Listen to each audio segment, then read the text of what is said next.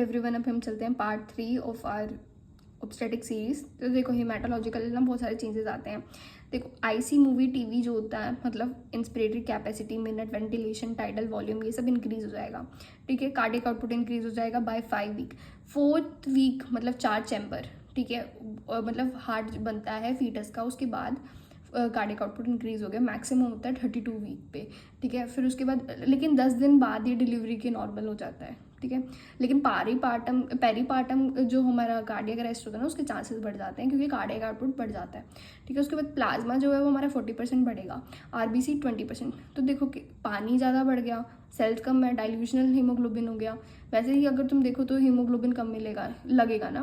फिर उसके बाद स्प्लीन जो होता है वो 50% होता है, बढ़ जाता है, एंड पिट्यूटरी भी बढ़ जाता है। अब क्या कम होता है? हाइपर कोएगुबल स्टेट होते हैं, ये सबको लर्न है, लेकिन क्या कम होता है पूछ सकते हैं। तो factor 11, factor 13, protein C and S कम होता है, तो ये एंटी कोएगुलेंट्स भी कम हो गए।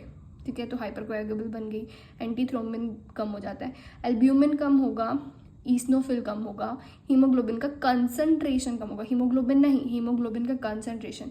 तो bleeding time, clotting time, ejection fraction is constant. अब अनीमिया पढ़ते हैं। तो मोस्ट कॉमन फिजियोलॉजिकल अनीमिया होता है हमारा डाइल्यूशनल, एंड पैथोलॉजिकल होता है आईडीए। तो indirect cause of maternal death होता है हमारा आईडीए। ट्राइमेस्टर सेकेंड के अंदर हमें एल्बेंडाजोल देनी होती है। ठीक है, आईडीए में हम क्या करेंगे? माइल्ड टू मॉडरेट हमारा अनीमिया है, मान लो, क्या होगा इसको, हाँ, तो लेस देन 34 वीक्स में हम क्या करेंगे? 2 टैबलेट दे देंगे। देखो, नॉर्मली क्या करते हैं, प्रोफाइलेक्टिकली हम ट्राइमेस्टर सेकंड से एक टैबलेट डाल देते हैं। एक रेड कलर की गोली आती है जो कि हमारे अनीमिया मुक्त भारत के अंदर फ्री मिलती है।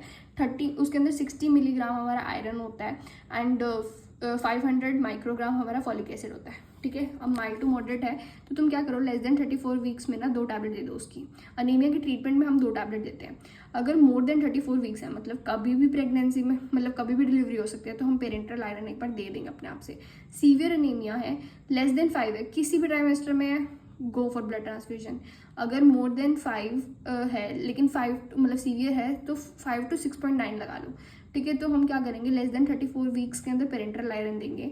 मोर देन 34 वीक्स में, मतलब कभी भी डिलीवरी हो सकती है, तो ब्लड ट्रांसफ्यूजन कर देंगे।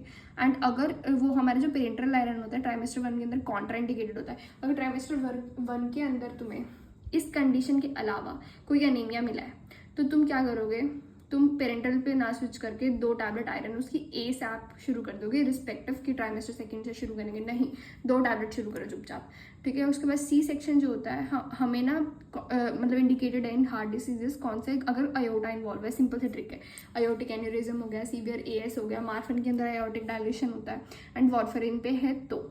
ठीक है, एंड कॉन्ट्रा इंडिकेटेड करते हैं हम प्रेगनेंसी अगर अयोटिक डिसीजेज होती हैं। देखो, अब कर ली है, सी सेक्शन कर ही देंगे हम, लेकिन अदरवाइज अवॉइड ही करेंगे अगर कोई पेशेंट आएगी।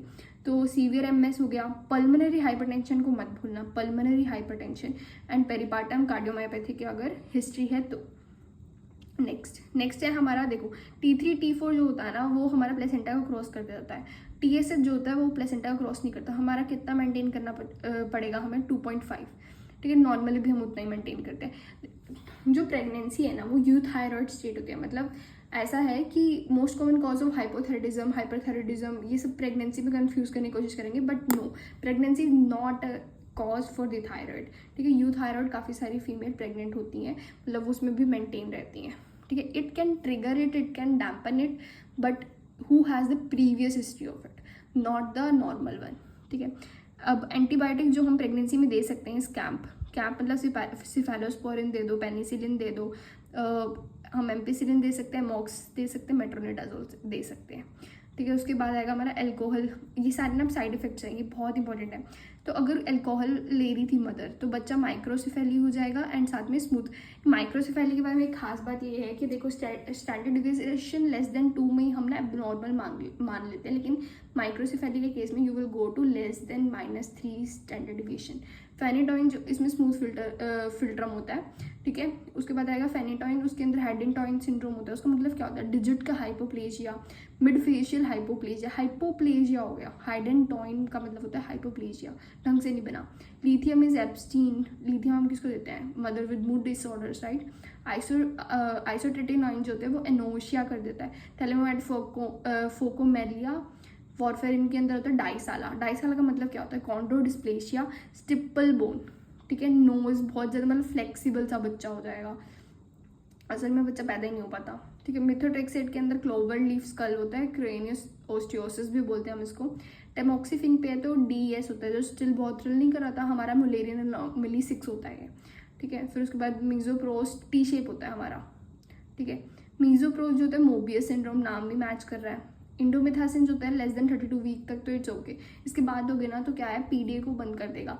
पेटेंट डक्टस आर्ट्रियोसिस जो होता है, मतलब क्या होता है वो ज़रूरी होता है, एंड डक्टस आर्ट्रियोसिस को प्री मेच्योरली बंद कर देगा। अगर मान लो बच्चे को TOF या फिर ऐसी कुछ डिजीज़ होगी जिसमें हमें चाहिए ही, तो क्या करोगे, बच्चा मर जाएगा। तो इसलिए हम 32 वीक्स के बाद देते ही नहीं है, ठीक है।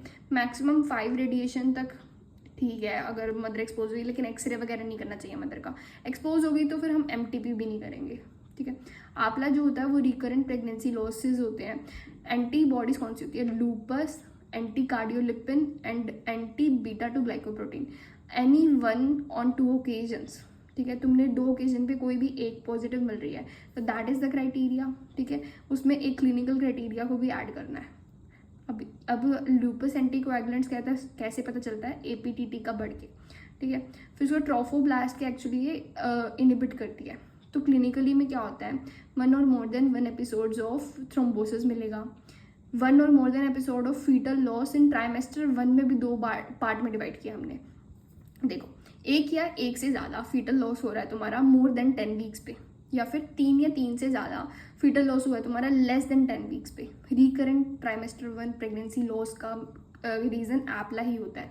अगर तुमसे पूछें ट्राइमेस्टर 1 के अंदर अबॉर्शन का मेन रीज़न क्या है, तो तुम्हें एन्यूप्लॉइडी बोलना है।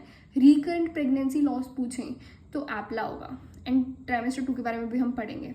मोर than 1 pre term delivery less than 32 weeks में ही हो गया, एंड उसके अंदर यूट्रोप्लेसेंटल इनसफिशिएंसी कुछ मेंशन है, तो दैट इज़ आवर APLA।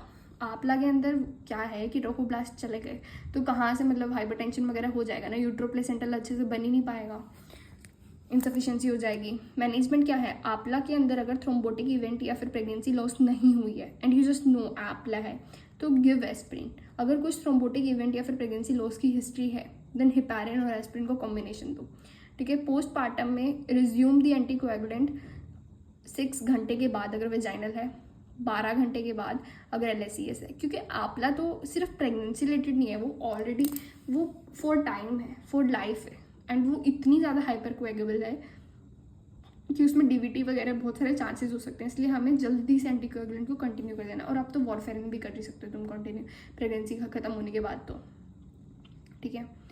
उसके बाद हम चलते हैं नेक्स्ट पेज पे। नेक्स्ट में है हमारा सर्वाइकल इनकम्पिटेंस। मैंने बोला था ना, देखो T2 के अंदर more than 2 abortion, more than equal to 2 basically cervical की इनकॉम्पिटेंस यही है। लेकिन इसके अलावा अगर 1 हिस्ट्री है T2 प्रेगनेंसी लॉस की, तो TVS के ऊपर तुम्हें लेंथ देखनी पड़ेगी लेस देन कितना 2.5, उसमें 2 तो आना ही चाहिए, तो that is our cervical incompetence, ठीक है। अब ट्रीटमेंट में हम क्या करेंगे, प्रेगनेंसी है या फिर नॉन प्रेग्नेंट है, प्रेग्नेंट है और वेजाइनल तुम सबसे पहले प्रेफर करेंगे तो मैकडोनल्ड्स होता है, एंड अगर एब्डोमिनल करना है तो बेंसन फ्री कर दो। नॉन प्रेग्नेंट है, तुम्हें पता है कि उसका सर्वाइकल लेंथ काफ़ी कम है। सर्वाइकल लेंथ इंपॉर्टेंट क्यों है, मेन क्वेश्चन। देखो अगर सर्वाइकल लेंथ हमारी कम होगी तो क्या है कि वो जल्दी से डायलेट होके अबॉर्शन हो जाएगा, ठीक है। फिर उसको नॉन प्रेग्नेंट है, उसकी वेजाइनल लैश एंड लैश कर दो। अगर एब्डोमिनल जाना पड़ा किसी रीज़न से तो बेंसन एंड फ्री करो। ओपन करेंगे हम 37 वीक के बाद। फिर उसके बाद आएगा हमारा, क्योंकि तब अगर मतलब बंदी की वो होती है डिलीवरी तो हम कर सकते हैं। अबॉर्शन जो होता है लेस देन 20 वीक या फिर लेस देन 500 ग्राम के बच्चे का मानते हैं।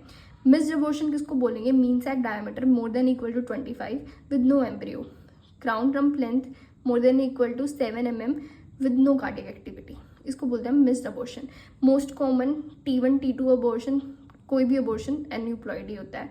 T1 स्पेसिफिक बोला है तो सेप्टेट अबॉर्शन होगा। रिकरेंट बोला है, ठीक है, तो APLA। T2 रिकरेंट बोलो या फिर नॉर्मल बोलो, it is cervical incompetency. Most viable trisomy होती है डाउन्स के काफ़ी बच्चे होते हैं। लीथल होती है 16th, जिसके बारे में हम कभी पढ़ते नहीं क्योंकि बच्चा ही नहीं सर्वाइव कर पाता, वरना एक और चीज़ सिलेबस में होती। मोस्ट कॉमन एन्यूप्लॉइडी जो होती है जो कि अबॉर्शन करती है, that is our monosomy X। तो मोस्ट कॉमन ओवरऑल एन्यूप्लॉइडी। फिर उसके बाद आएगा हमारा ट्रे 1 के अंदर सेप्टेट, रिकरेंट के अंदर एप्ला, T2 के अंदर cervical and 16th। Thank you.